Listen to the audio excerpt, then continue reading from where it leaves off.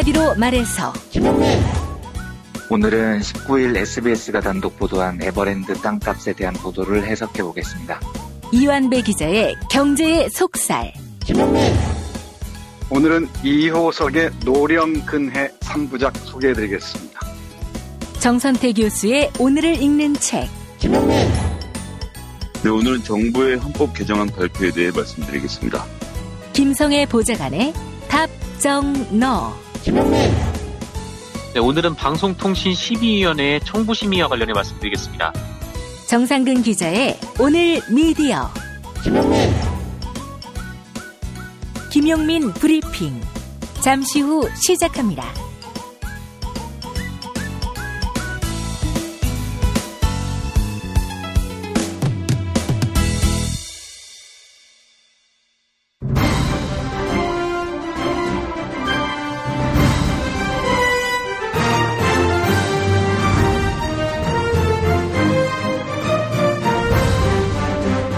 김용민 브리핑.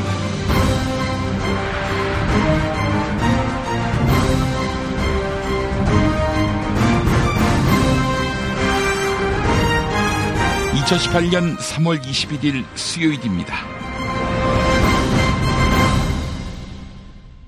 청와대에서 마련한 헌법이 처음 공개됐습니다. 이 초안이 국회에서 확정돼 국민투표에 부의될 가능성은 낮아 보입니다. 개헌을 독자적으로 저지할 의석을 자유한국당이 확보했기 때문인데요. 그래서 이상이 될 것 같은 새 헌법 청와대안은 하지만 대목대목마다 사람을 울컥하게 만듭니다. 우리 헌법이 나아가야 할 바를 상세히 제시하고 있습니다. 헌법 전문에 부마항쟁과 5.18 광주민주화운동, 60항쟁이 추가됐습니다. 대한민국 정체성은 권력자가 아닌 고비고비마다 저항권을 행사하던 국민에게 쏠려 있음을 보여주는 것입니다.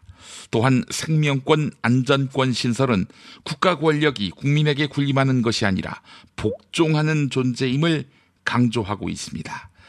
국민 발안제와 국민 소환제 도입은 직접 민주주의에 한 발 다가서는 것으로서 국민이 입법의 주체가 되며 국민이 대의자인 국회의원을 리콜할 수 있도록 길을 터주고 있습니다. 검사의 영장 청구권 조항을 삭제함은 선택받지 않는 권력으로서 무소불위의 권력을 행사하던 검찰의 지위를 문민 통제가 가능한 자리에 갖다 놓겠다는 의지인 것입니다. 근로라는 용어를 노동으로 수정한 것, 동일가치 노동에 대한 동일 수준 임금 지급 노력 의무를 부과한 것, 공무원의 노동 3권을 인정하는 것은 절대다수 국민의 생계수단인 노동을 정의의 토대 위에 올려놓겠다는 정신의 다름 아닙니다. 촛불이 세운 정권다운 정의로운 헌법 초안입니다. 우리 국민은 이런 헌법을 가질 자격이 충분히 있습니다. 그러나 촛불혁명을 부정하는 자유한국당의 반대가 뚜렷한 이상 이 헌법을 관철해낼 목 또한 촛불혁명을 일으킨 우리 국민에게 있어 보입니다. 문재인의 방안이 아니라 국민의 방안임을 알려 세계에서 가장 자랑스러운 헌법을 관철해내야 하겠습니다. 복음서가 이렇게 다르다고 그 빌라도 총독하고 요한복음에 얘기하는 거거든요. 예수께서 대답하시다. 내 나라는 이 세상에 속한 것이 아니다. 이 세상에 속한 것이 아니라 하늘에 있다. 하늘의 질서다. 이 말을 여러분들은 그럴듯하게 듣지만 이건 요한복음이기 때문에 가능한 메시지예요. 요한복음은 하늘나라를 진짜 하늘 꼭대기에다가 설정한 거예요. 마가는 웃기지 말아죠. 이게 마가는 이게 말이 안 되는 거예요. 마가는 하나님의 날은 철저히 이 땅에 암하레스 민중 속으로 이 억압받는 민중들 속에만 있다는 거예요. 그러니까 요한복음하고 이 마가복음의 자세가 이렇게 다르다는 걸 여러분들이 아셔야 돼요. 그러니까 목사님들이 이것 보다가 저것 보다 헷갈려가지고 설교할 때 뒤죽박죽 되는 거예요. 하늘나라로 갑시다 이러다가 또 여기 마가복음과 타 복음이 이렇게 다르다는 거예요. 지금 마가복음에서 12제자에 관한 이야기는 별 의미가 없는 거예요. 그런데 이 12제자들을 사람들이 그 예수 운동에 결정적으로 한 일이 있습니까? 없습니까? 아무것도 없어요. 결국 따라다니는 척하다가 나중에 다 배반한 새끼들이라고. 근데 이게 보세요. AD 70년에 마가복음이 쓰여질 때는 이미 초대교회가 상당한 세력을 가지고 진행이 됐습니다. 40년이나 지났으면 40년 동안 그 주도권을 쥔 게 누구예요? 바울이에요? 바울은 이방인 선교로 나가서 주도권을 못 잡았어요. 그럼 예루살렘 이거는 누가 주도권을 잡고 있었어요? 예수의 형제 야고보와 게바 시몬이었어요. 베드로였다고. 이 두 사람이 이걸 장악을 하고 있었는데 그 장악한 상황에서 여러분들은 지금 그냥 우습게 알지만은 베드로가 3번을 부인하고 그 비겁하게 도망가잖아요. 이게 얼마나 당시 초대교회에 대한 마가복음은 대항을 하는 거예요. 니들 웃기지 마라. 니들. 그 권위를 깨부시는 거라고 이게. 마가복음에 있어서는 12제자라는 것에 기능이 아무것도 없어요. 양념으로 넣은 건데 우리가 생각하기에는 예수의 제자는 12제자일 수가 없다고 그랬죠. 예수의 진정한 제자는 어디까지나 오클로스 갈릴리의 민중들이었다. 갈릴리의 민중들이었다. 그리고 그 민중에 리드하는 대세는 누구예요? 남자가 아니고 여자였다는 거죠. 전부가 여자였어요. 여기서도 아마 앞으로 뭐를 이끌어 간다면 여자들이 더 열심일 거라고. 마가복음의 주인공은 12제자가 아니라 민중이었다. 지난주 도울 선생의 뜨거운 설교 잠깐 들어보셨습니다. 이번 주는 민중신학은 정치 사회 신학이 아니라 성서에 기반한 성서 신학이라는 설교가 있게 됩니다. 이번 주에도 도울 김용옥 선생의 마가복음 설교에 귀 기울여 주시기 바랍니다. 마가복음 설교 후에는 기독교 성서에 의해 요한복음 강해, 도마복음 강해, 큐자료, 금강경 강해 등 도울 선생의 종교 서적 사인회가 있습니다. 그리고 낮 2시부터는 이완배 기자의 새 책 한국 재벌 흑역사 상학원 출간 기념 토크 콘서트 겸 사인회도 마련하겠습니다. 때가 때이니만큼 떡을 돌릴 예정입니다. 많은 분의 참여 바라겠습니다. 아시죠? 서울 지하철 충정로역 9번 출구 나오자마자 있는 벙커원 말입니다. 여러분을 기다립니다. 골반 잡자 바로 잡자 바디로직, 허리 통증 바로 잡자 바디로직, 몸매 교정 바로 잡자 바디로직, 자세가 좋아지는 골반 교정 타이즈 바디로직. 검색창에 골반 교정 바디로직. 삐딱한 남성 골반 허리에도 역시 바디로직입니다. 바디로직의 효과를 못 느끼셨다면 100% 환불해드립니다. 자세한 환불 조건은 홈페이지를 참조하세요. 하루에 2번씩은 꼭 간 것 같아요. 속이 굉장히 편해진 것 같아요. 휴지에도 하나도 안 깔끔하게 끝나더라고요. 그만 넣고 싶은데도 이제 계속 나오더라고요. 눈 뜨니까 바로 화장실 가고 싶더라고요. 양은 감당이 안 되더라고요. 너무 많아가지고.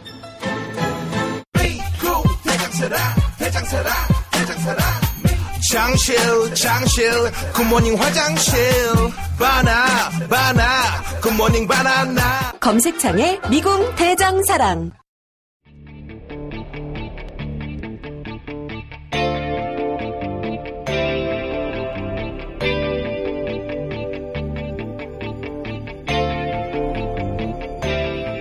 김용민의 뉴스 한장.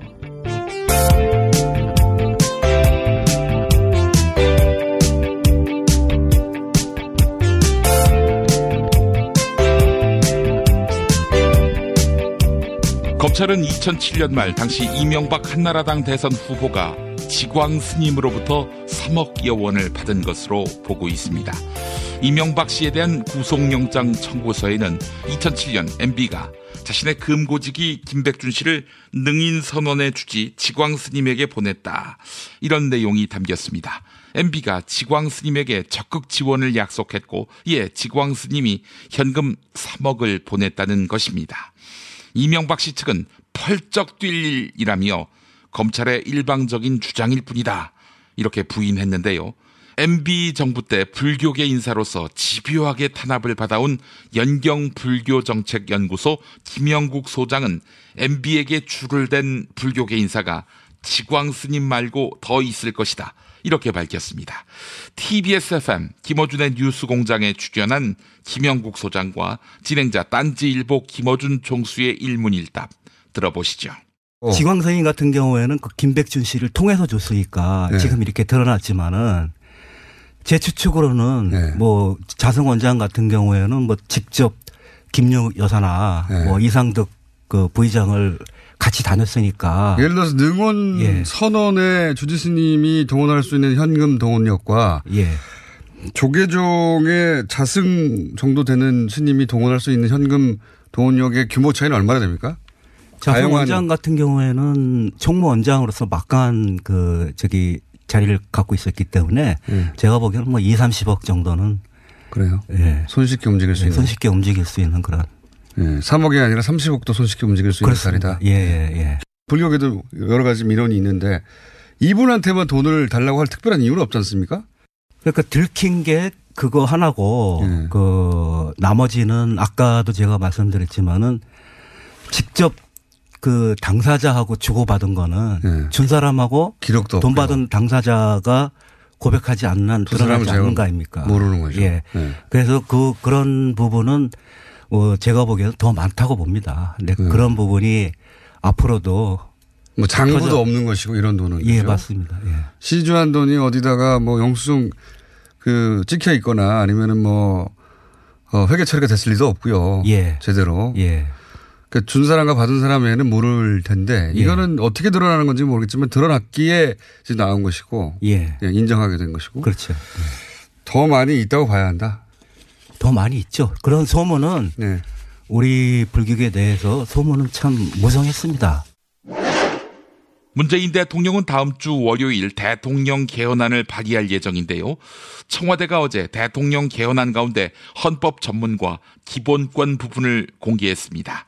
이에 대해 노동계는 노동 기본권을 강화하려는 노력이 들어있다. 이렇게 밝히며 환영 입장을 밝혔습니다. 동일 노동, 동일 임금 지급, 그리고 고용 안정에 관한 국가의 정책 시행 의무를 신설한 점이 높게 평가된 것입니다.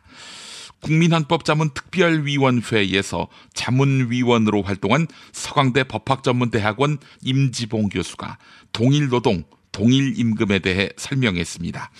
국민헌법자문특위는 문재인 대통령에게 개헌 자문안을 보고한 곳이죠. YTN 라디오 곽수종의 뉴스 정면 승부에 출연한 임지봉 교수와 진행자 곽수종 박사의 일문일답 들어보시겠습니다. 이 동일 가치 노동에 대한 동일 수준의 임금 원칙, 이것도 명시하신 걸로 알려졌는데 이게 노동의 질적 차이를 인정하지 않는다, 이런 내용도 좀 비판적인 내용이 있는 것 같습니다. 어떻게 생각하십니까? 예, 노동의 질적 차이를 어느 정도 융통성을 두고 인정을 하기 때문에 동일 노동, 동일 임금이 아니고 동일 가치 노동, 동일 수준의 임금이라는 표현을 사용한 것입니다. 예. 그러니까 뭐가 동일 가치 노동이냐와 관련해서는 가치란 주상적 기준 때문에 좀 폭넓은 해석의 여지가 있겠죠.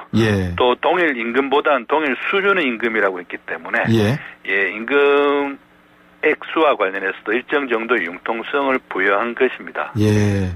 경제하는 사람 입장에서 방금 말씀 주신 가치라든지 수준이라는 게 포괄적이라는 의미를 말씀하셨지만 경제를 공부한 사람 입장에서는 이거는 포괄과 협의의 의미도 물론 포함이 되지만 어떻게 이것을 측정할 것인가의 측정의 문제도 존재를 한단 말입니다. 그 측정과 그 액수 산정의 문제는 그야말로 노사 간의 협의 등을 통해서 자율적으로 결정된다라는 점을 밝힌 거라는 헌법 개정이라고 이해해 주시면 고맙겠습니다.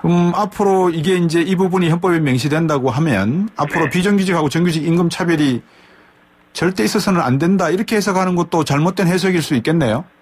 그러니까 점차적으로 그러한 정규직과 비정규직의 임금 차별이 축소되는 쪽으로 이제 갈 수가 있겠죠. 그런 식의 방향 전환을 의미하는 헌법의 개정이라고 보시면 되겠습니다. 그리고 사실은 이러한 동일 가치노동, 동일 수준임금의 정신은 이미 헌법에는 없었지만 사회 법률에는 이미 규정이 돼 있었습니다. 그래서 헌법으로 올린 것이죠.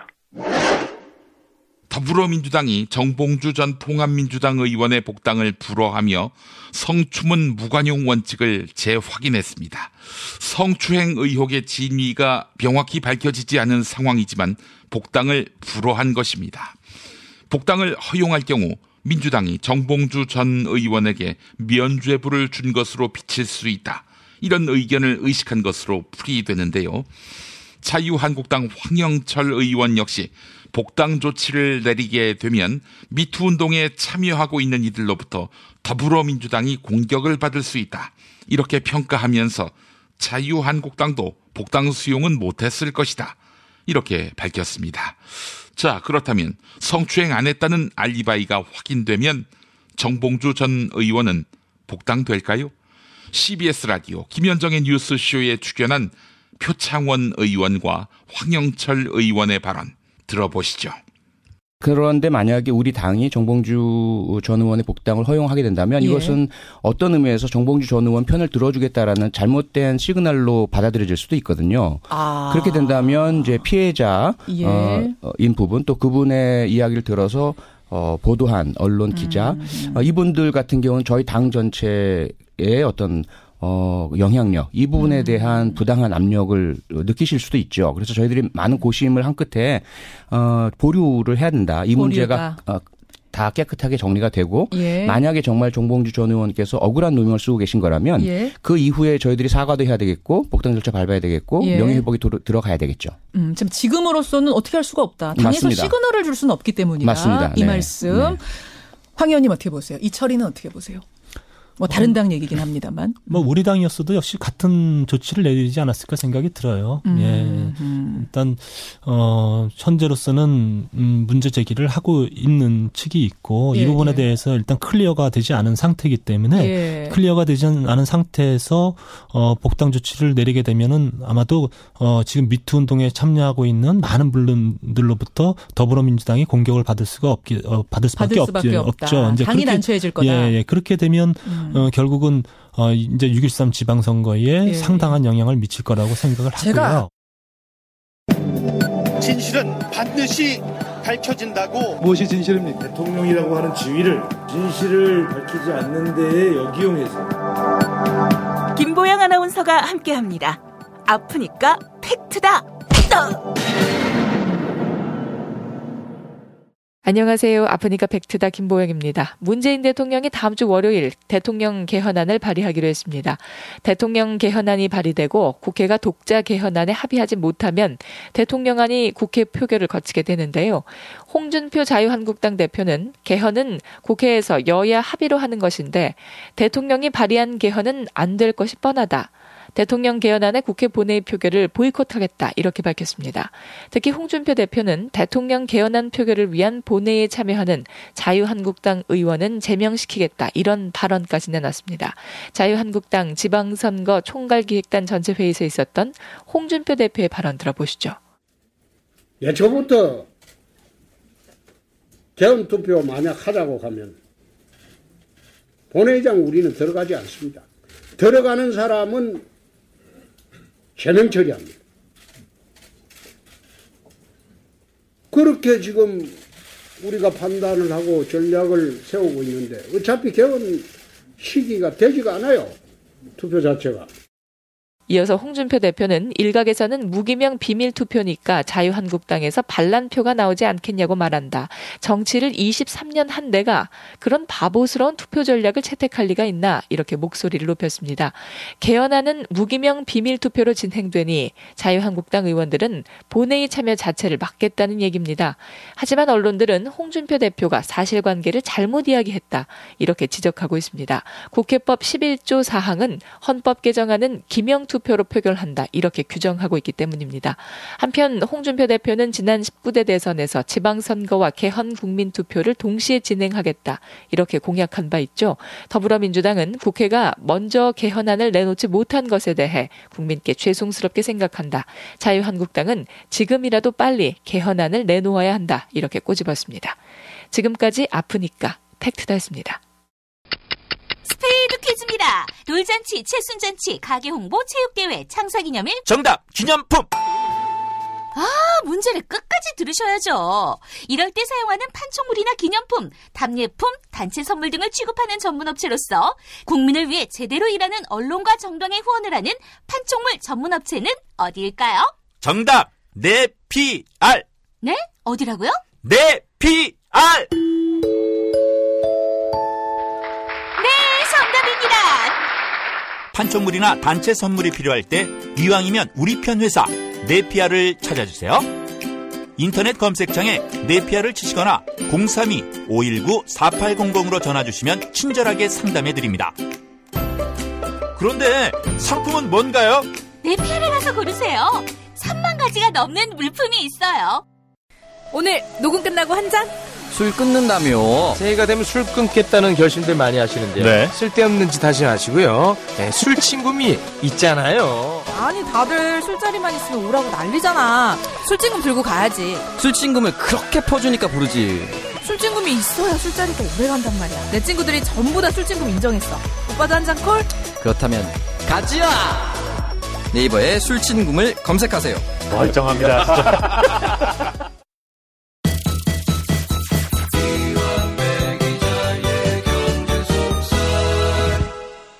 민중의 소리 이완배 기자 함께하겠습니다. 이완배 기자님. 네, 안녕하십니까. 네, 한국 재벌 흑역사 전체 순위, 예스24 전체 순위 12와 11위를 기록했었는데 두 계단 위로 올라갔어요. 8위하고 9위. 다들 청취자 여러분들께서 도와주신 덕분입니다. 고개를 푹 숙여서 감사드립니다. 아이고, 뭐 그렇게만 말씀하지 마시고 당연히 그 정도 순위는 될 줄 알았다. 이렇게 말씀하시는 게. 정말 몰랐습니다. 정말로 몰랐습니다. 진짜로 몰랐습니다. 그럼 제가 이 진심으로 말씀드리는 건데 제가 과거에 혼자서 이제 글을 쓰고 살려고 생각을 하고 있었을 때 제 꿈이 종합 10위가 아니고 종합 100위 안에 한번 들어보는 거였습니다. 정말로 상상을 못했던 일이 지금 기적처럼 벌어지고 있습니다. 아이고, 그렇게 말씀하시니까 할 말이 없잖아요, 제가. 제가 봤을 때 말이죠.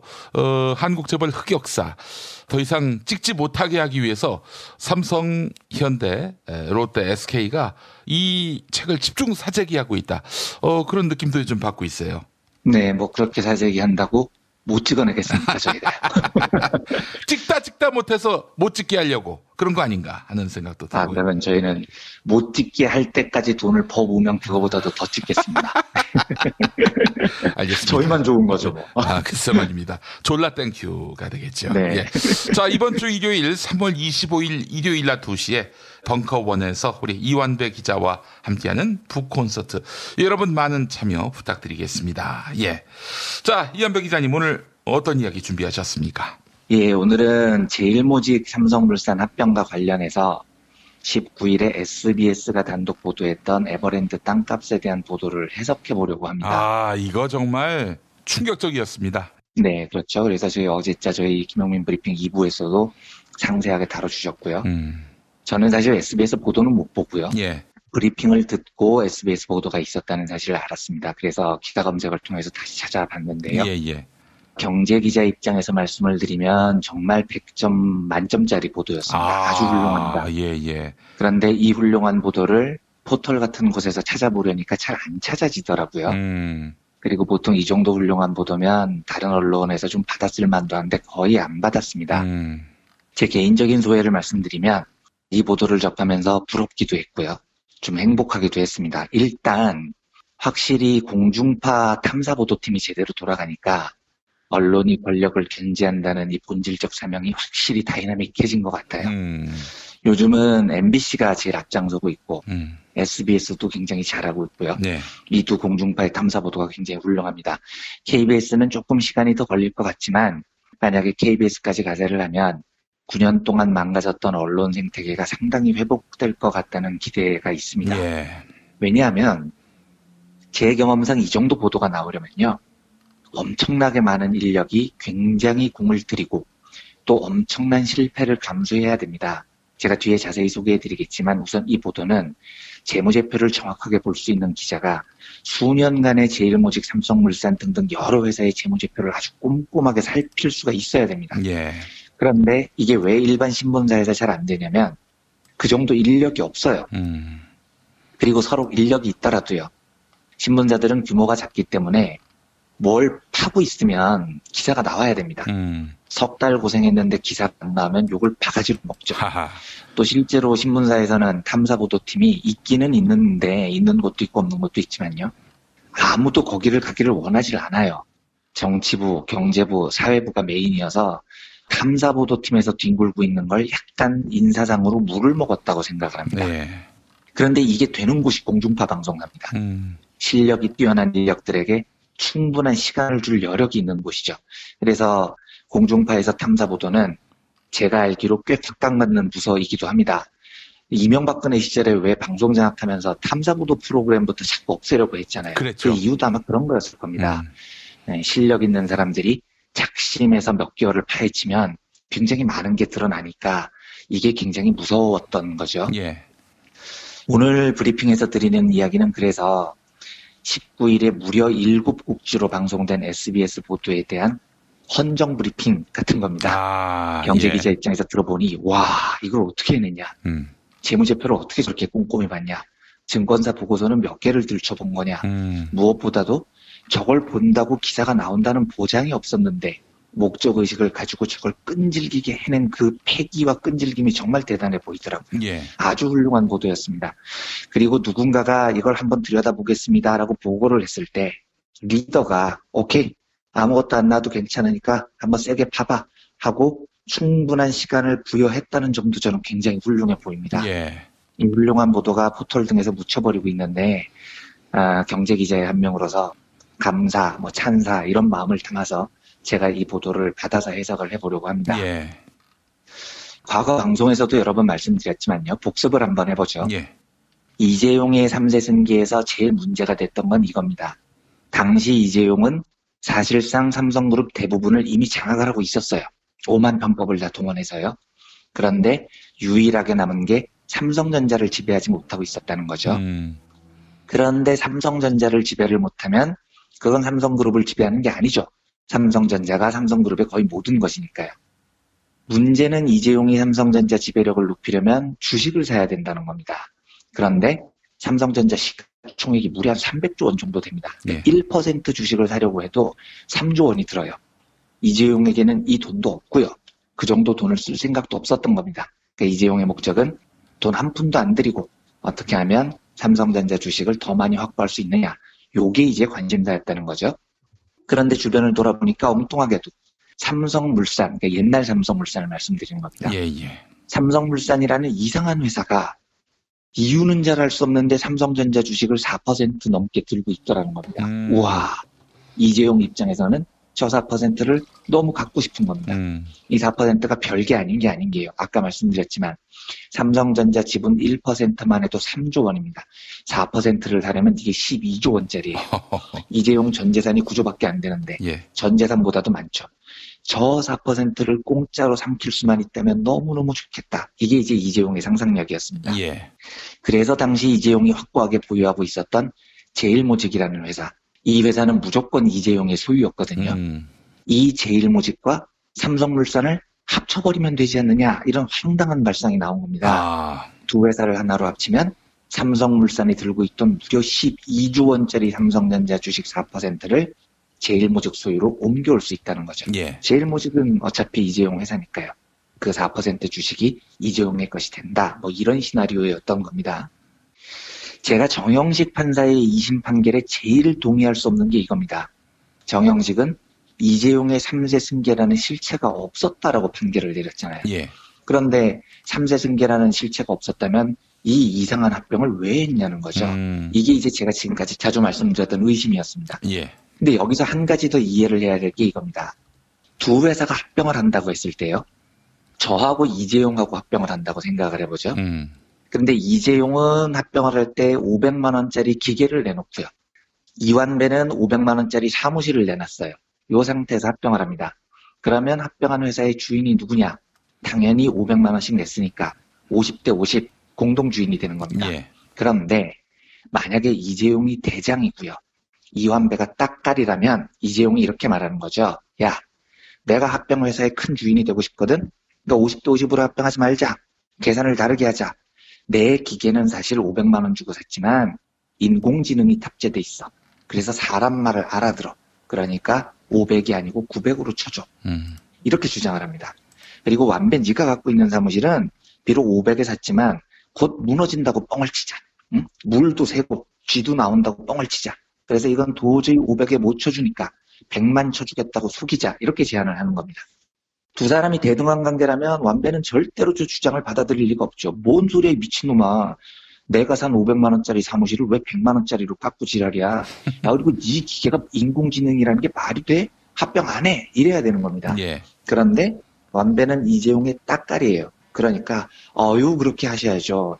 제 사무실은 500에 샀지만 100으로 깎고요. 재용님 기계는 500에 샀지만 900에 쳐드릴게요. 요렇게 하고 합병을 했습니다. 이렇게 합병을 하면 합병회사의 주인이 50대 50이 아니고요. 이재용이 90, 이완배가 10 이렇게 되는 거죠. 이재용한테 훨씬 유리한 합병이 됩니다. 지금까지 알려졌던 건 뭐냐면요. 이 작업을 하기 위해서 이완배의 사무실이 엄청 후졌다. 쥐도 나오고 물도 샌다. 그래서 500이 아니라 100으로 깎아야 된다. 요까지가 알려졌던 거예요. 그래서 실제로 삼성은 어떻게 하냐면 삼성물산 가치를 계속해서 깎았습니다. 예. 그 결과 합병이 제일모직은 3, 삼성물산은 1, 3대 1로 합병이 됐던 거죠. 예. 그러니까 원래 이재용이 제일모직 갖고 있었던 제일모직 지분이 24%였는데 3대 1로 합병을 하면서 이재용 지분이 18% 정도로 떨어집니다. 굉장히 작게 떨어뜨린 거예요. 예. 그래서 18%의 대주주로 지금 남아있는 겁니다. 그런데 만약에 두 회사가 1대 1로 합병을 했다면 어떻게 되느냐면요. 제일모직 1, 삼성물산 1 이렇게 합병을 했다면 그러니까 제가 아까 말씀드렸던 이재용 기계는 500, 이완배 사무실은 500 이렇게 상식적으로 합병을 했다면 지금 이재용의 지분은 12%밖에 안 돼야 됩니다. 예, 이 정도면 지배주주라고 말하기 뻘쭘해지는 거죠. 그렇죠. 그리고 실제로 엘리언 매니지먼트가 시비를 걸었던 건 3대 1도 아니고 1대 1도 아니다. 재산을 갖고 있는 재산을 까봐라 얼마나 갖고 있는지. 까봤더니 실제로 재산 보유액은 거꾸로 제일모직이 1, 삼성물산이 3이었다는 겁니다. 그래서 1대 3으로 합병을 했다면 이재용의 지금 지분은 18%도 아니고 12%도 아니고 훨씬 떨어진 6%로 떨어집니다. 예. 그러니까 제대로 합병을 했다면 지금 이재용은 6% 주주밖에 안 됐을 텐데 이걸 저쪽에 기계는 높이 쳐주고 이쪽에 사무실은 낮게 깎아가지고 지금 이재용이 18%나 되는 주주로 만들어줬다는 이야기죠. 그런데 지금까지 알려진 사실은 뭐였냐면 삼성물산을 깎은 것까지만 알려졌습니다. 아우 삼성물산 저 사무실은 쥐도 나오고 물도 새고 그러니까 500만 원짜리가 아니고 100만 원짜리예요. 요까지만 나왔습니다. 요까지는 실제로 사법부 판결도 그렇게 돼 있습니다. 2016년 5월에요. 서울고법이 판결을 이렇게 내립니다. 삼성물산이 이 합병을 할 때 주가를 조작했다는 의심이 든다. 이게 공식적인 판결 내용이에요. 회사 가치를 깎으려고 주가를 엄청나게 인위적으로 낮췄다는 겁니다. 당시 재판부 판결을 읽어보겠습니다. 제일모직 주가가 높게 삼성물산 주가가 낮게 형성돼야 이건희 회장과 이재용 삼성전자 부회장 등 지배 주주 일가에게 이익이 되는 상황에서 삼성물산이 건설 수주에 지나치게 소극적으로 나서는 등 주가를 의도적으로 낮췄다고 의심하는데 합리적인 이유가 있다. 이게 판결문입니다. 이게 무슨 말이냐면 삼성물산이 스스로 자기 가치를 깎으려고 건설을 수주를 일부러 안 했다는 겁니다. 예. 실제로 이때 박근혜 정부 때 부동산 경기를 부추긴다면서 GDP 수치 높이려고 엄청나게 관급 공사를 많이 풀었었습니다. 예. 이 관급 공사들은 그냥 대형 건설사들이 신청만 하면 나눠 먹는 거였습니다. 어허. 그런데 진짜 웃긴 게 삼성물산이 신청을 안 합니다. 예. 신청만 하면은 수주할 수 있었는데요. 예. 이게 왜냐면 이재용한테 싸게 먹히기 위해서 삼성물산 나 나쁜 회사야. 나 형편없는 회사야. 내 가격 깎아줘. 이렇게 하기 위해서 의도적으로 건설 수주를 하지 않았다는 겁니다. 이게 고법 판결문에 나와 있어요. 자, 근데 요까지는 이제 밝혀졌는데요. 여기서 좋은 기자라면 합리적인 의심을 해봐야 됩니다. 어라, 지금까지 삼성이 한 짓을 보면 삼성물산에 대해서 우리 사무실에 쥐도 나오고요. 비도 새고요. 그래서 우리 가격 깎아주세요. 이걸 하기 위해서 삼성이 엄청나게 애를 썼다는 건데, 그렇다면 이재용이 소유한 기계를, 요 기계는 인공지능이고요. 사람 말도 알아듣고요. 이래서 이건 엄청 비싼 거예요. 라고 가격을 뻥튀기 하려는 시도는 없었을까? 그것도 당연히 하지 않았을까? 이 의심을 해봐야 되는 겁니다. 근데 저도 이 의심을 못 해봤어요. 그런데 SBS 탐사보도팀이 이 의심을 한 거죠. 삼성물산이 형편없는 회사라는 걸 강조하기 위해서 실적도 조작하고 막 했다면, 거꾸로 제일모직이 좋은 회사라는 걸 강조하기 위해서도 능히 삼성은 뭔가를 조작할 놈들이라는 합리적인 의심이 있었던 겁니다.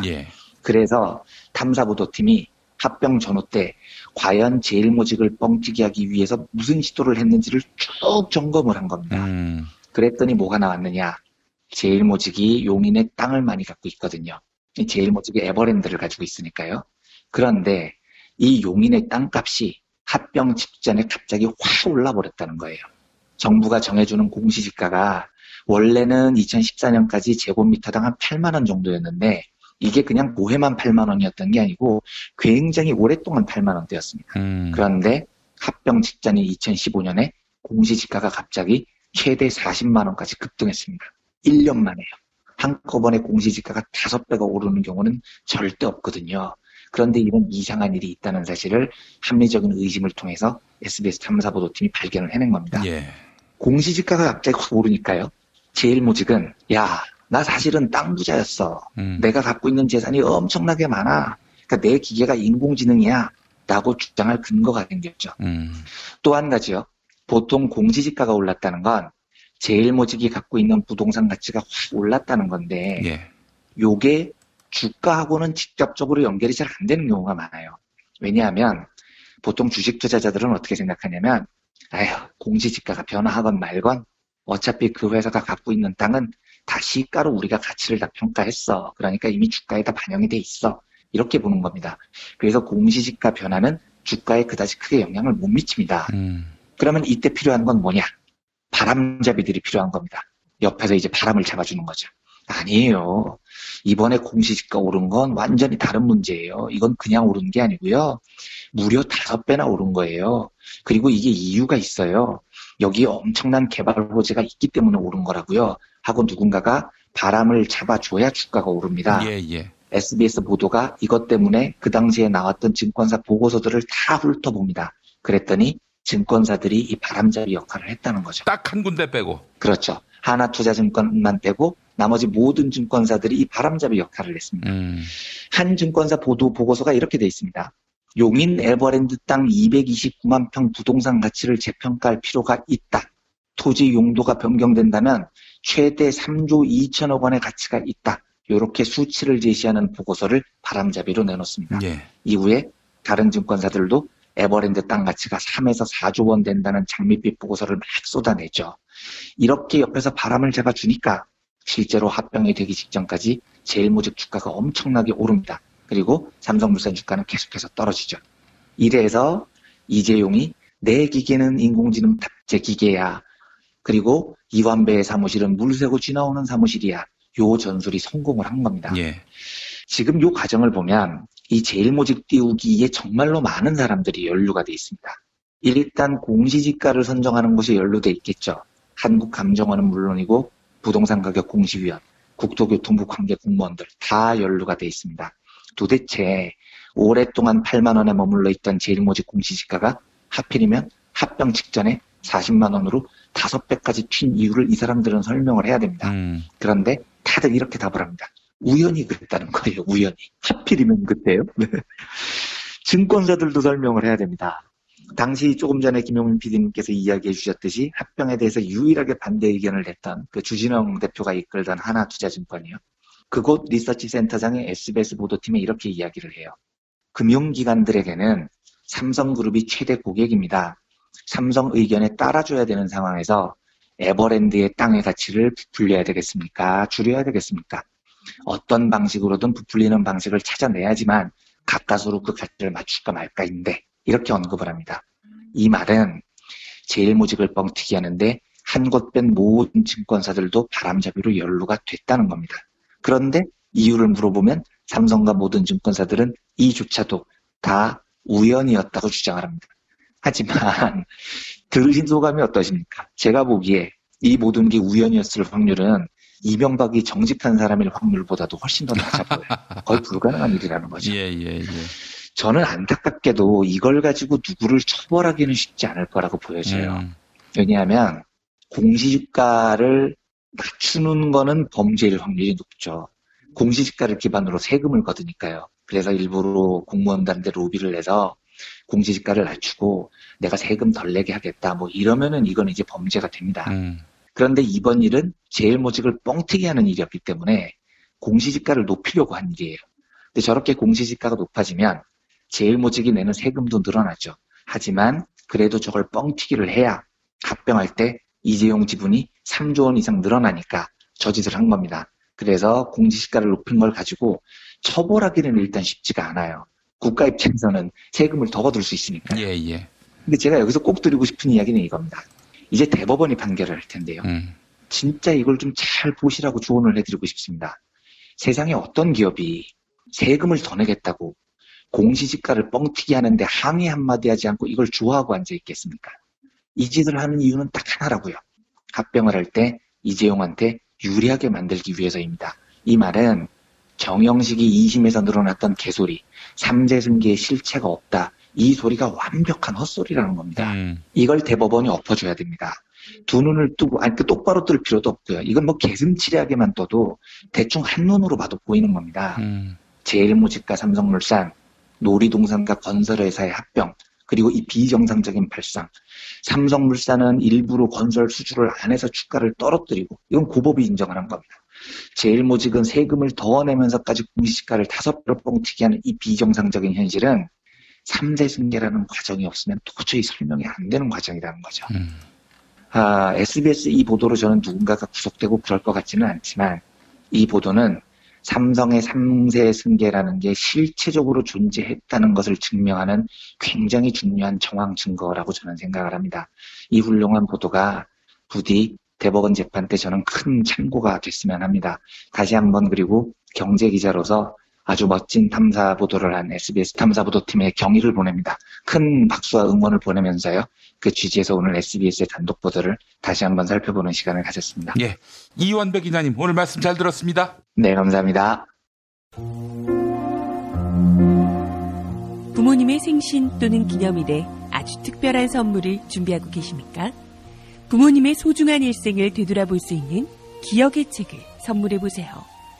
부모님의 어린 시절부터 젊은 시절 그리고 노년에 이르기까지 그 누구보다 치열하게 살아온 삶의 여정을 한눈에 모아볼 수 있도록 최고 100장까지 들어가는 사진첩과 더불어 기자들이 직접 인터뷰를 통해 작성하는 생애사까지 더해져 오직 부모님만을 주인공으로 하는 세상에 다시 없을 고품격 기억의 책을 10년 노하우로 특별 제작해드립니다. 200페이지 분량 12권에 2부까지 함께 드리는 구성으로 440만 원에 모십니다. 한평생 가족을 위해 자녀를 위해 헌신해 오신 부모님. 아주 오래 기억에 남을 뜻깊은 선물 지금 신청해 보시죠. 평범한 사람들의 아주 특별한 기록. 기억의 책 만민보. 문의전화 1877-1419 1877-1419 민중의 소리.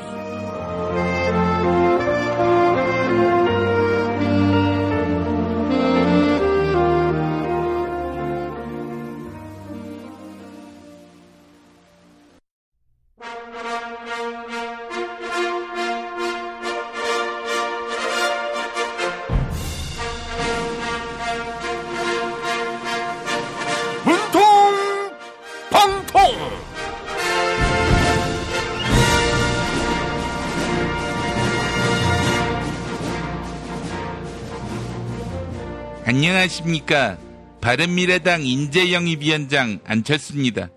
인재영입 1호 인사로 정대유 전 인천시 시정연구단장을 지목했습니다. 드디어 안철수표 인재가 바른미래당에서 날개를 펼칠 수 있게 된 것입니다. 근데 같은 당이면서 하태경 의원이 건방진 말을 했습니다. 바른미래당 유승민 대표가 지방선거에 출마한다면 서울이다, 이렇게 말한 것입니다. 제가 분명히 서울시장 출마를 고민해보겠다, 이렇게 말하지 않았습니까? 하태경 의원이 저를 투명인간 취급하고 있습니다. 네? 유승민 대표와 제가 경선을 통해서 선의의 경쟁을 하면 되지 않겠냐고요. 지난 대선 때 후보 단일화를 논의할 정도로 친한 사이가 아니냐고요. 민주평화당 박지원 의원이 그런 소리를 하긴 했는데 그런 말도 안 되는 소리를 하면 방송이 갑자기 끊길 수 있습니다. 라디오 인터뷰 도중에 진행자가 단일화 논의에 대해서 질문하니까 전화가 갑자기 끊기지 않았습니까? 재수없는 소리를 하니까 그렇게 되는 것입니다. 네? 질문이 건방져서 전화를 일부러 끊어버린 거 아니냐고요? 끊은 게 아니면 전화기를 집어던진 거 아니냐고요? 이런 문바들의 악의적인 공격 정말 지겹습니다. 그만 좀 괴롭히십시오. 실망입니다. 이게 다 제왕적 대통령제의 폐단, 아니 제왕적 대통령 팬의 배단입니다. 개헌을 통해서 그런 팬을 모두 몰아내도록 내각제로 권력구조를 바꿔야 합니다. 네? 문바들도 내각제를 원한다고요? 문재인 대통령이 퇴임하고 총리로 장기 집권하기를 원한다고요? 정말 말이 안 통합니다. 마치 외계인 같습니다.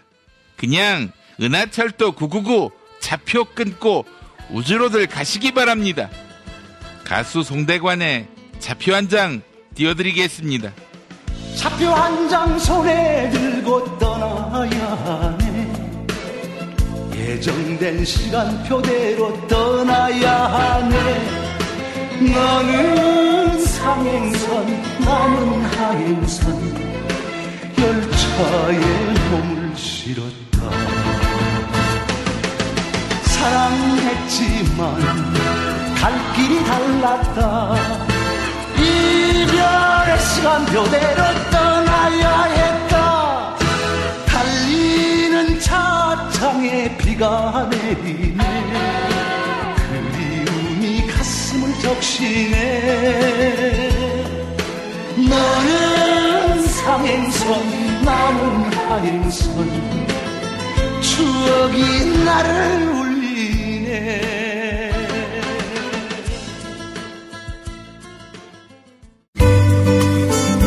노력한 만큼 내어주는 자연, 그 자연의 마음을 알기에 정성농장 홍삼.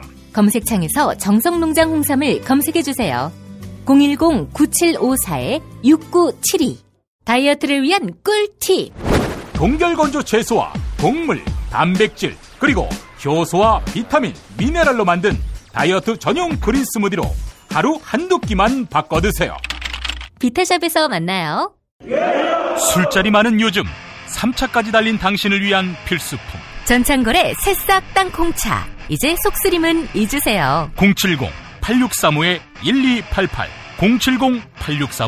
070-8635-1288. 생활인을 위한 꿀팁.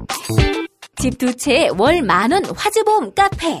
화재 배상, 심지어 도난 피해까지. 여기에 더해 가전제품 고장 수리비까지. 연중 무휴라 언제든 02849-9730. 최저임금, 꼼수, 불법 신고하세요. 최저임금 올랐다는데 내 월급만 안 올랐네. 신고하세요. 민중당 최저임금 119.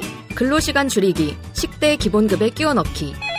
신고하세요. 070-5118-2119 카카오톡 검색창에 최저임금 119 운동본부를 검색하세요. 야, 근데 홍어가 진짜 그렇게 몸에 좋아? 아니 끝내준다니까. 근데 비싸지? 열나 싸고 열나 맛있는 홍어가 있다니까. 어디? 알싸한 홍어. 네이버 검색창에 알싸한 홍어를 검색하시고 1599-6456 전화 주문도 가능합니다.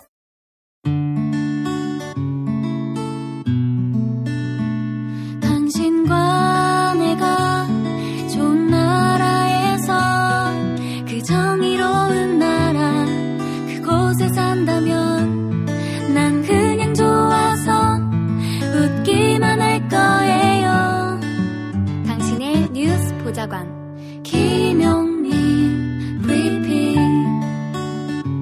대한민국 뉴스 브리핑의 선두주자 김용민 브리핑. 계속해서 김보영 아나운서가 오늘의 날씨를 전해드립니다.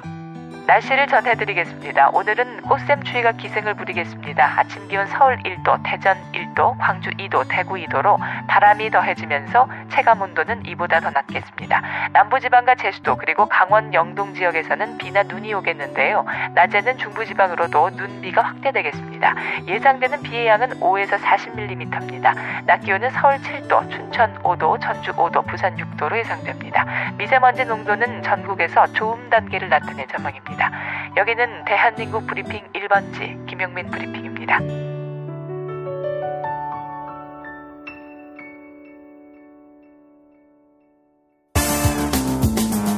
오늘을 읽는 책, 문학평론가인 국민대학교 국문학과 정선태 교수와 함께합니다. 국민대학교 한국어문학부 국어국문전공 정선태 교수님 함께하겠습니다. 교수님. 네, 안녕하세요. 예. 자, 교수님, 오늘 어떤 책 소개해 주시겠습니까? 네, 오늘은 이효석의 소설 노령근의 3부작을 보면서 한국 역사에서 러시아의 의미를 잠깐 생각해 보기로 하겠습니다. 이효석, 메밀꽃 필 무렵 맞습니까? 네. 일제강점기 때 인물 아니에요? 네, 맞습니다. 메밀꽃 필 무렵으로 잘 알려져 있고요. 이제 유명해진 평창 봉평 출신이에요. 아, 그렇죠. 예, 예. 봉평에 가면은 이효석 문학관도 있고, 거기 뭐 메밀꽃 필 무렵 그 테마 공원도 있고 그래요. 예. 근데 이효석 하면 떠오르는 게 메밀꽃 필 무렵이 너무 압도적이어서 다른 작품 세계를 잘 모르는 경향이 많은데요. 이효석은 아주 다양한 글쓰기를 시도합니다. 얼마 전에 소개해드렸던 뭐 에세이도 참 좋고요. 그 외에도 작품의 경향도 아주 다양합니다. 메밀꽃 필 무렵 같은 순수 소설의 계열도 있고요. 그리고 하얼빈을 배경으로 한 이국적 정서를 그려낸 작품들도 많이 있고요. 그리고 오늘 소개해드릴 비교적 초기 작품에 속하는 작품들, 그러니까 노령근의 상륙, 북극사신 등은 러시아 판타지를 보여주는, 그러니까 소련 판타지라고 얘기할 수 있겠네요. 그런 작품입니다. 예. 제가 오늘 들고 있는 책은 평양에서 간행된 책입니다. 평양에서 주체 89년, 그러니까 2000년이죠. 북한은 연대를 주체 몇 년 이렇게 얘기하잖아요. 김일성이 태어난 해가 1912년인데 그 해를 원년으로 해서 주체 몇 년 이렇게 합니다. 이 책이 간행된 건 주체 89년, 그러니까 2000년에 간행됐습니다. 북한에서 간행된 것이어서 종이질도 상당히 떨어지고요. 활자도 아주 빽빽합니다. 북한의 어떤 사정을 상징적으로 보여주는 책이 아닌가 그런 생각을 합니다. 북한에서도 이효석을 상당히 높게 평가한다는 걸 알 수가 있죠. 그런데 이 책에는 메밀꽃 필 무렵 실려있지 않고요. 이른바 순수 소설 계열은 실려있지 않고 도시와 유령, 그리고 뭐 주리면, 행진곡, 그리고 금방 말씀드린 노령근해와 상륙, 북사신 3부작이 실려 있습니다. 이 노령근해라는 제목부터 설명드려야 할 것 같은데. 노령근해, 박근혜 할 때 근해인가요?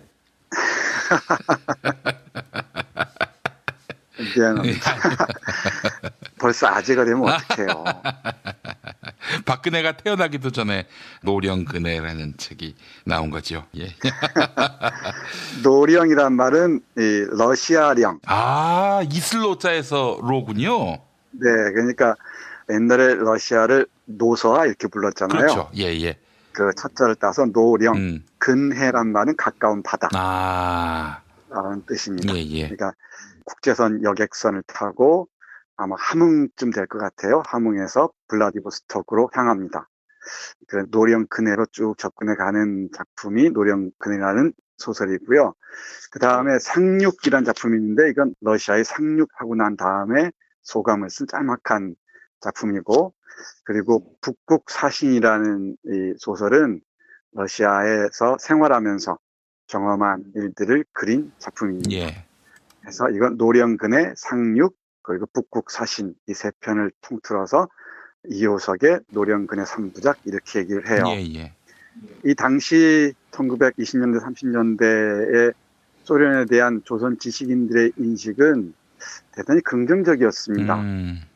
해방 이후 분단을 겪으면서 소련을 그렸던 것과는 좀 다릅니다. 일단 러시아는 1917년 이후 혁명을 겪고요. 그리고 1922년에 소비에트 연방이 성립하잖아요. 소련이라는 이 연방 국가는 피식민지인들에게 그리고 피억압 민족에게 대단한 어떤 해방의 상징처럼 보여졌던 것 같습니다. 소련을 하나의 거점으로 해서 독립운동이나 해방투쟁이 벌어지기도 했고요. 또 우리가 잘 아는 그 자유시 사건이나 이런 여러 독립운동 또는 공산주의, 사회주의 운동들이 이 러시아를 근거지로 한 곳이 많습니다. 그런데 1945년 분단되면서부터는 소련이 북한을 점령하면서부터는 적구라고 얘기를 하죠. 붉은 오랑캐 또는 붉은 도적이라고 되는 부정적으로 그려지죠. 그리고 그 이후 소련이 붕괴하기까지 1990년, 91년에 소련이 붕괴하고 러시아와 이 외교 관계를 맺기 전까지는 대단히 한국 사회에서는 부정적인 이미지로 남아 있습니다. 그런데 또다시 이 푸틴이라는 새로운 짜르가 황제가 등장하면서 러시아가 소련 체제로 돌아가려는 움직임을 보인다고 많이 얘기를 합니다. 어떤 신문을 보니까 푸틴 대통령이 바라는 것은 소련 붕괴 이전으로 돌아오고 싶다는 것이라고 해요. 그러니까 소련 붕괴를 인정하고 싶어 하지 않는 거죠. 애국주의 감정에 호소하면서 강대국 소련을 추억하는 것 같습니다. 우리가 소련 하면은 소비에트 연방은 그야말로 이 동유럽 전체를 망라하는 제국이었잖아요. 근데 러시아가 독립하면 좁혀졌는데 어떤 강대국을 향한 그 열망들이 푸틴에 관한 기대로 드러나는 것 같습니다.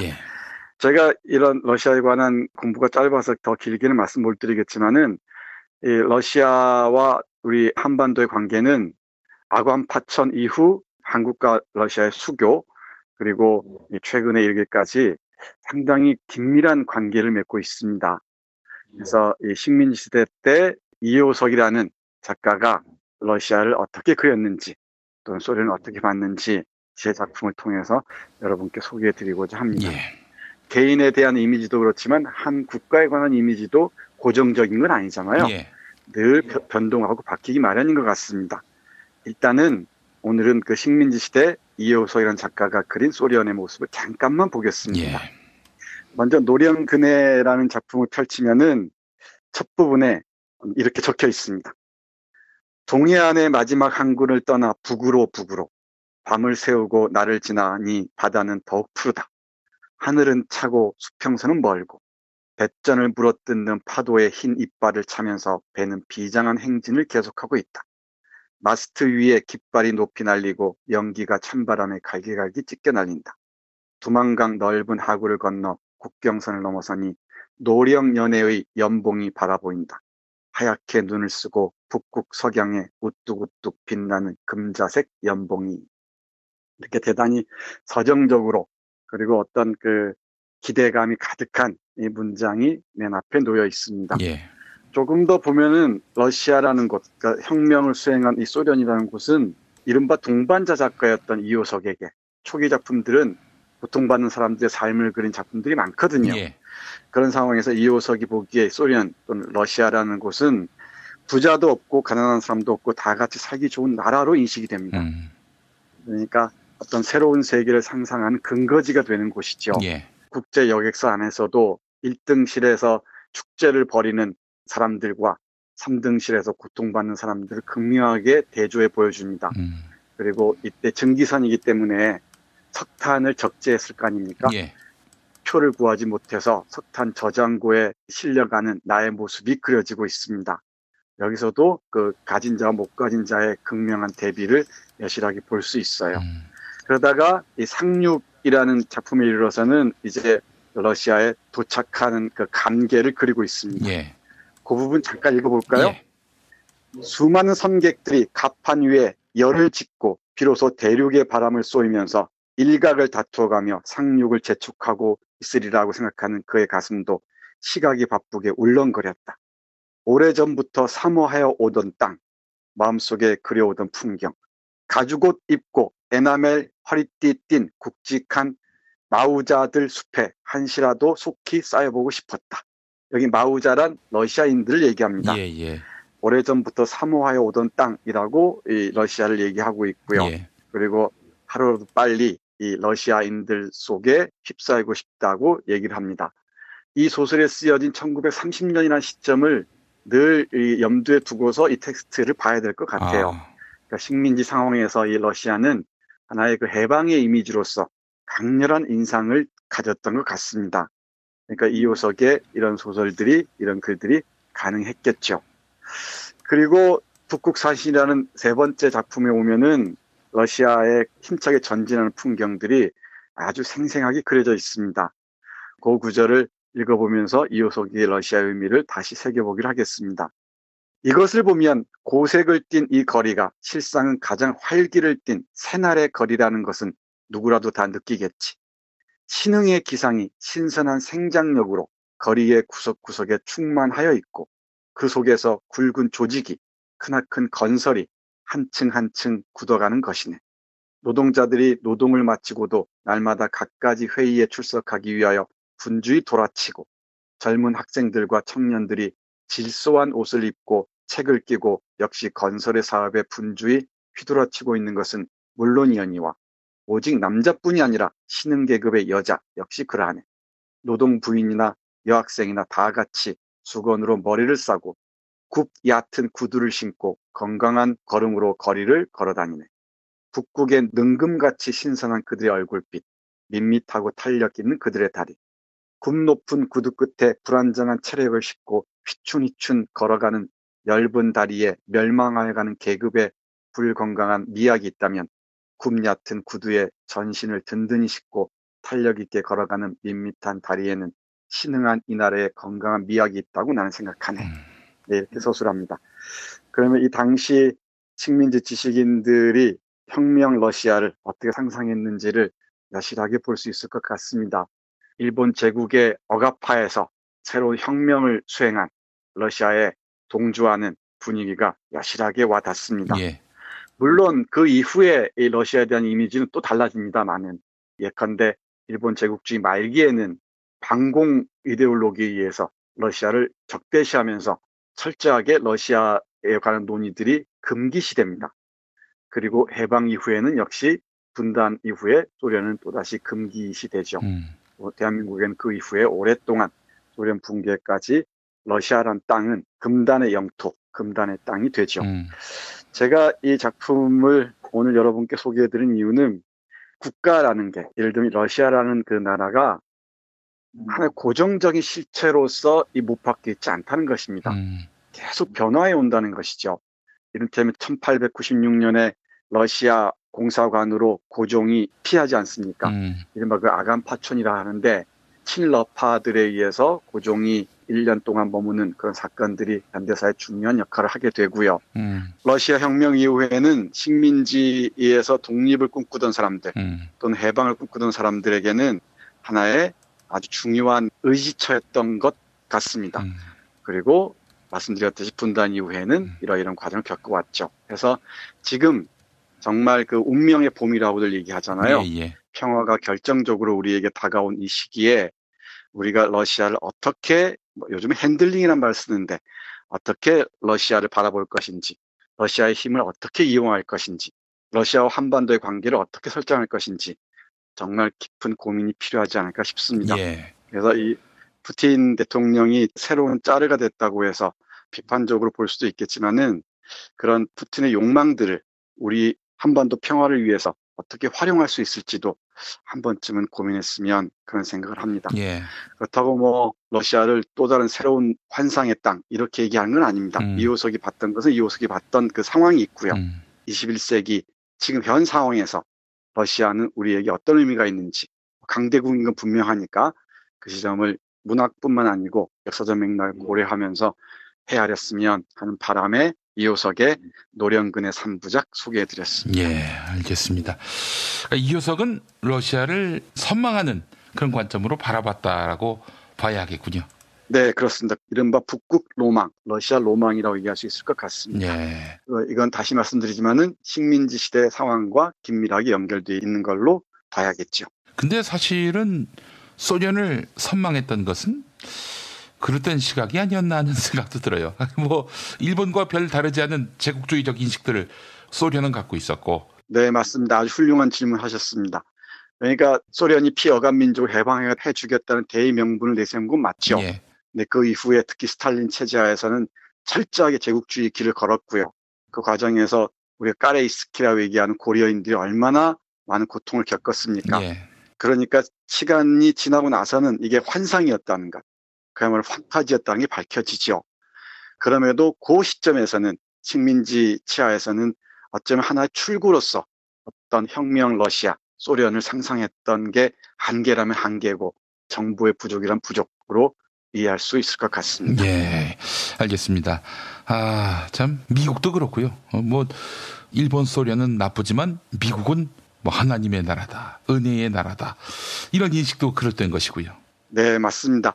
중국도 마찬가지고요. 예. 그래서 정말 우리의 입장에서, 우리의 관점에서 주변국들을 바라볼 수 있는 시야를 확보하는 게 무엇보다 중요하지 않은가 싶습니다. 주체성이 그래서 필요한 것이고. 네, 맞습니다.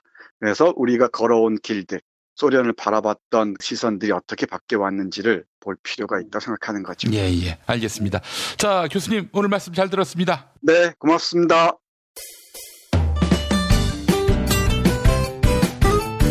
뉴스 폴 앤 메리와 함께하는 시간입니다. 김용민 트위터 계정에서는 매일 설문조사가 진행되고 있습니다. 이명박 전 대통령에 대한 영장실질심사가 내일 아침 진행되죠. 이에 함께 여러 범죄 정황이 드러난 MB의 부인 김은옥 여사에 대한 검찰 조사도 임박한 것 아니냐, 이런 관측이 나오고 있는데요. 그런데 일각에서는 부부가 동반 구속되는 것은 과도하니 김은옥 여사는 불구속 상태에서 재판을 받아야 한다, 이런 의견이 있었습니다. 그래서 시민들께 설문조사를 진행했습니다. 어젯밤 11시까지 모두 3,095분이 의견을 남겨주셨는데요. 95%, 거의 모든 시민들은 말이 안 된다, 김윤옥 여사를 구속 수사해야 한다, 이렇게 응답해 주셨습니다. 김윤옥 여사는 불구속 수사해야 한다, 이런 의견은 5%에 머물렀습니다. 트위터를 통해 시민들과 소통하고 있습니다. 아메리노스님, 죄를 지었으면 죄값을 치르고 뇌물은 이자까지 받아내야 합니다. 바람소리 솔소리님, 삼풍백화점 이준 회장과 그 아들은 나란히 은팔찌를 찼습니다. 설문조사에 참여해주신 여러분께 감사의 말씀을 전합니다.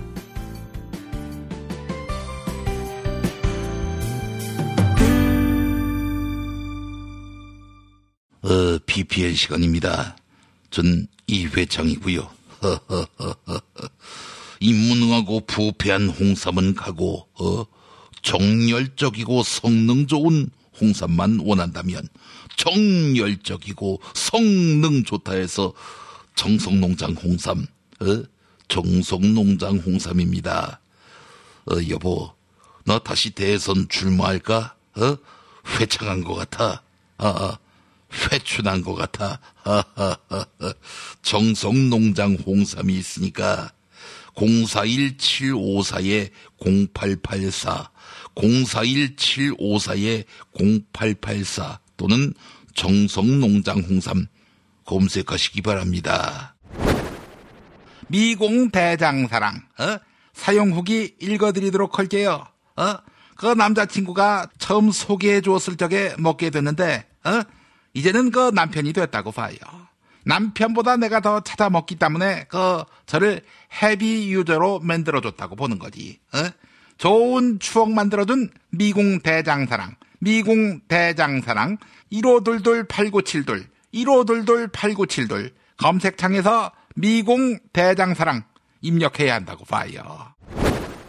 네피알에서 이하 작가의 작품으로 세분 대통령 머그컵을 사은품으로 준비했습니다. 3월부터 네피알에서 주문하시는 고객님 중 50만 원 이상 구매 고객부터 대상자인데요. 김대중 대통령님, 노무현 대통령님, 그리고 안철수 대통령님 머그컵, 제가 아니라 문재인 대통령님이라고요. 실망입니다. 150만 원 구매하시면 3분 컵 다 드립니다. 네피알로 가자. DJ 이종황입니다. 제임스 티스푼과 손잡고 프리미엄 차 전문몰로 새롭게 단장한 전창걸 몰닷컴, 새싹의 생명력을 전해주는 새싹 땅콩차 T160g 2개를 사시면 하나 더 드리고, 나의 몸을 가볍게 해주는 이집트 신의 붉은 유 제임스 티스푼 히비스커스 1+1 행사 놓치지 마시기 바랍니다. 프리미엄 차는 www.전창걸몰닷컴 여기를 찾아주시기 바랍니다. 창구나, 그 다음에는 새싹 땅콩차 100개 사면 차 한 대 선물해라. 나는 볼보. 김무성입니다. 일자리 대책이 나왔지요. 비정규직과 청년들의 정당 민중당은 오래전부터 다양하게 비정규직 청년들의 일자리 대책에 관심을 가져왔습니다. 비정규직 장애인 해고 반대, 노동 탄압 분쇄, 일자리 대안 마련 촉구 등등 여러분의 편에 서왔습니다. 청년들에게 희망을 주고 또 청년의 미래를 지키는 당 민중당. 청년들은 민중당으로 가세요. 우리 자유당처럼 부자 챙기기에 바쁜 당은 청년들까지 못 챙깁니다. 민중당으로 가세요. 예, 구속된 전 경제부총리 최경환입니다. 바디 로직 입고만 있어도 골반을 바로 세워준다고 광고했는데 구매 후기 하나 볼까요? 시어머니 몸이 많이 불편하신데 만족하시는 모습에 기분이 너무 좋고 저도 한번 사용해보고 싶어졌어요. 자, 입었다 하면 만족 또 만족. 검색창에서 바디로직. 야, 자유당 너희도 바디로직 사서 입어라. 어째 다리가 불편하냐? 면회 한번 안 와? 한때 실세였던 나한테. 탄핵 때문에 뭐 이야기를 전달을 하려고 해도 길을 막고 듣질 않아요. 회족 수준으로 쪼그라든 한국 보수. 회생의 길은 과연 있을까? 변화된 정치 환경, 갈 길 잃은 보수에게 새로운 희망을 제시한다. 애국 보수의 화려한 부활과 집권을 위한 본격 가이드, 김용민의 신간, 보수를 지켜라. 진중권도 투표하는 보수 정당, 광주에서도 일당이 될 수 있는 보수 정당, 젊은이들의 입당이 줄을 잇는 보수 정당. 언제까지 민주당 정의당을 부러워만 할 것인가? 부러우면 진다니까? 자유한국당 당원 김용민이 쓴 보수를 지켜라.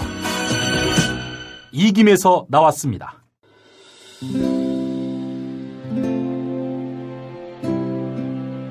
그러니까 목사님은 우리 남북 관계에 있어서도 큰 정기를 마련해 주셨습니다. 늦봄 문익환 목사 탄생 100주년. 민주화와 통일운동을 위해 11년 4개월간 옥고를 마다하지 않은 행동하는 양심. 오늘 우리가 누리고 있는 이 민주주의 또 문익환 목사님 덕분이 아주 큽니다. 그가 24년 동안 살았던 서울 강북구 인수봉로 통일의 집이 6월 1일 문익환 통일의 집 박물관으로 거듭납니다. 사람들이 이렇게 항상 북적북적 이렇게 했던 공간이라 아버지한테만 아니라 우리 모두들한테 굉장히 큰 의미가 있는 통일의 역사를 기억하며 통일의 길을 모색하는 문익환 통일의 집 박물관 기념사업 추진위원으로 함께해 주시겠습니까? 이건 단지 어떤 유가족들의 유산이 아니라 우리 시대가 가지고 있는 유산이기 때문에 자세한 안내는 포털 사이트에서 문익환 통일의 집을 입력해 주세요.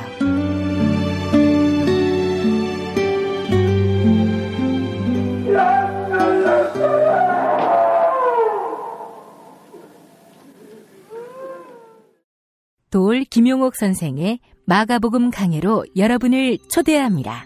이 마가복음이라는 게 대단히 중요합니다. 왜냐하면 복음서의 원형이기 때문에. 원형. 매주 일요일 아침 11시 서울 서대문구 충정로 20 서울 지하철 충정로역 9번 출구 앞에 있는 벙커원에서 도울과 만나세요. 율법을 믿으시겠다고? 신약이 율법의 완성이라고? 얼어빠질 그따위 기독교 내 입 앞에서 제발 입도 뻥끗 터지지 말아요. 그런 소리는. 벙커원 교회 일요일 예배를 겸하는 이 자리. 도울이 진리와 생명이었던 예수를 원형 그대로 복원합니다. 그 십자가를 과감하게 걸머지고 돌아가신 예수를 말하지 아니하고 믿으면 너는 금방 축복받을 일만 남았다. 이게 한국 목사들 99%의 거짓말 설교예요. 도올의 마가복음 설교는 따로 녹화 녹음되지 않으며 현장에서만 만나실 수 있습니다. 도올 선생의 마가복음 설교는 2월 4일부터 진행됩니다. 김용민 브리핑 뉴스기 능력평가 정답 맞히신 분들 소개합니다. 어제 문제는 세월호 참사를 다룬 다큐멘터리 영화 인텐션의 한글 제목이 무엇인지 맞히는 거였죠. 정답은 그날 바다입니다. 정답자 해지서 엄마님, 아직도 세월호를 생각하면 눈물이 납니다. 잊지 않겠습니다. 지지 0604님, 남북 정상회담을 넘어 우리 동포 형제들의 만남이 이뤄지길 빕니다. 클로징 사연 당첨자 소탐대신님입니다. 게시판에 이메일 적어주시면 별을 따다 군가자에서 만든 강릉두부 도넛 보내드립니다. 네, 오늘의 칼럼은 한결의 석진환 법조팀장의 MB의 죄는 단죄할지라도입니다. 노무현 전 대통령이 서거하고 2달쯤 지났을 때였다. 검찰청 소식지에는 한보, 김현철 수사 등을 이끌었던 원조 특수통 심재륜 전 부산고검장의 기고문이 실렸다. 그가 작심하고 후배들에게 따끔한 조언을 내놓은 것이다. 새겨들을 내용이 많았다. 칼은 찌르되 비틀지 마라. 피의자의 굴복 대신 승복을 받아내라. 수사하다 곁가지를 치지 말라. 독이 든 범죄 정보는 피하라. 칼엔 눈이 없다. 잘못 쓰면 자신도 다친다. 검찰이 이명박 전 대통령의 구속영장을 청구했다. 그런데 잘 흘러오던 수사 막판에 이상한 낌새가 보인다. 구속영장 청구를 앞두고 부인 김윤옥 여사 등 가족 관련 뉴스가 유독 많이 쏟아졌다. 뭉칫돈을 김 여사에게 주었다는 진술이 공개되고 김 여사가 다스 법인카드로 수억 원을 썼다는 보도가 나왔다. 김 여사 조사가 불가피하다는 기사가 이어졌다. 또 여러 장면에서 김 여사의 명품 핸드백 수수 의혹이 불거지고 딸과 사위 아들, 양복과 코트까지 등장하는 디테일이 넘쳐난다. 죄가 있다면 누구나 처벌받아야 한다. 하지만 망신 주기는 경계할 일이다.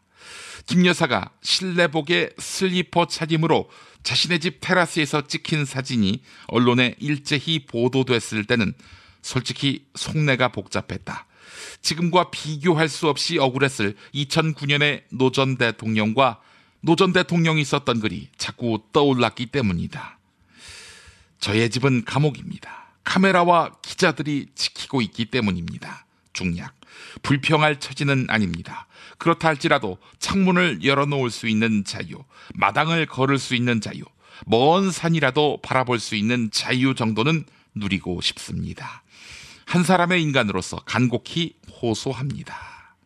네, 여기까지가 한결의 법조팀장의 칼럼이었고요. 이에 대한 댓글 하나 소개합니다. 네이버에 올라온 것입니다. 역시 사람들이 한 걸레 하는 이유가 있구나. 죄가 있으면 지위고와 막론하고 죗값 치르는 게 법치고까지.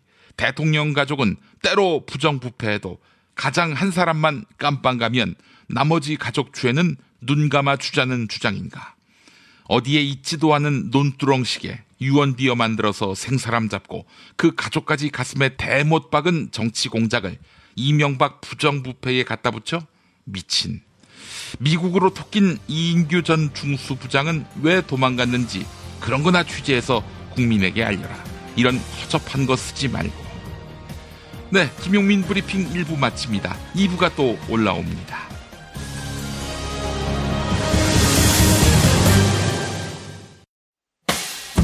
김용민 브리핑과 함께한 시간 어떠셨어요? 다음 시간에도 보다 바르고 알차며 즐거운 정보로 여러분을 찾아가겠습니다. 팟캐스트 포털 팟빵에서 다운로드하기, 구독하기, 별점 주기, 댓글 달기로 응원해주세요. 잊지 마세요. 다운로드하기, 구독하기, 별점 주기, 댓글 달기.